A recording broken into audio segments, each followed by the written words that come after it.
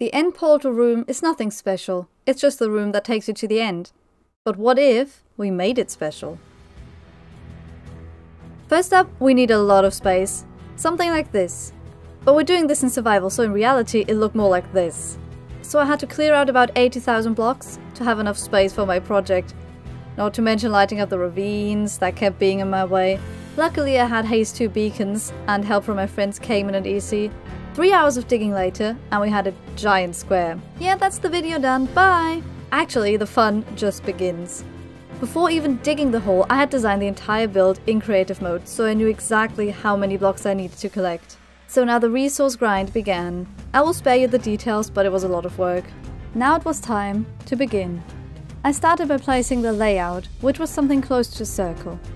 It has a portal on all 4 sides for easy access to the nether. I used warped wood to decorate the portal. It was actually inspired by the new warden mob that will be added in Minecraft 1.19.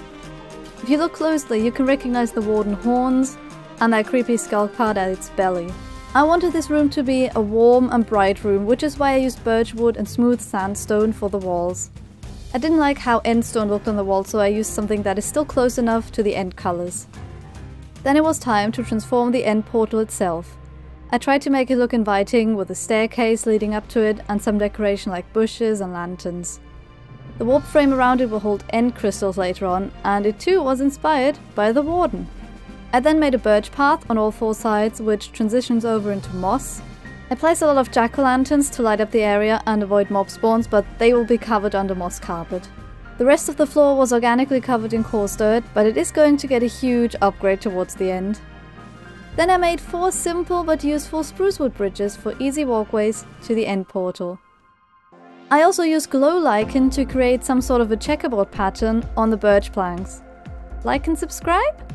I didn't like the dark shadows on the walls, so I added lanterns on chains. And it didn't only light up the area, but also added extra detail. Before I built the ceiling, I added birch log support pillars.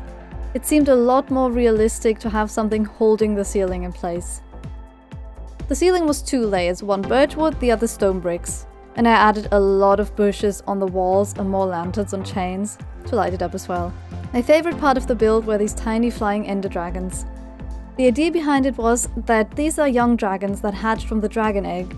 And now they are circling the portal because they are drawn to it. To finish off the build, I then flooded the entire outer area, making the end portal platform an island with moss spreading into the water. The water parts were decorated with various corals, drip leaves and dripstones. And with that, this huge end portal room transformation project is finished. I hope going to the end will now be a little more exciting to my server mates on Imperial SMP. Tell me what you think of this build in the comments and how you would transform your own end portal room. I hope I was able to inspire you, and if you want to see more awesome builds, go check out one of my Let's Play series or house tutorials. Thank you for watching! Bye!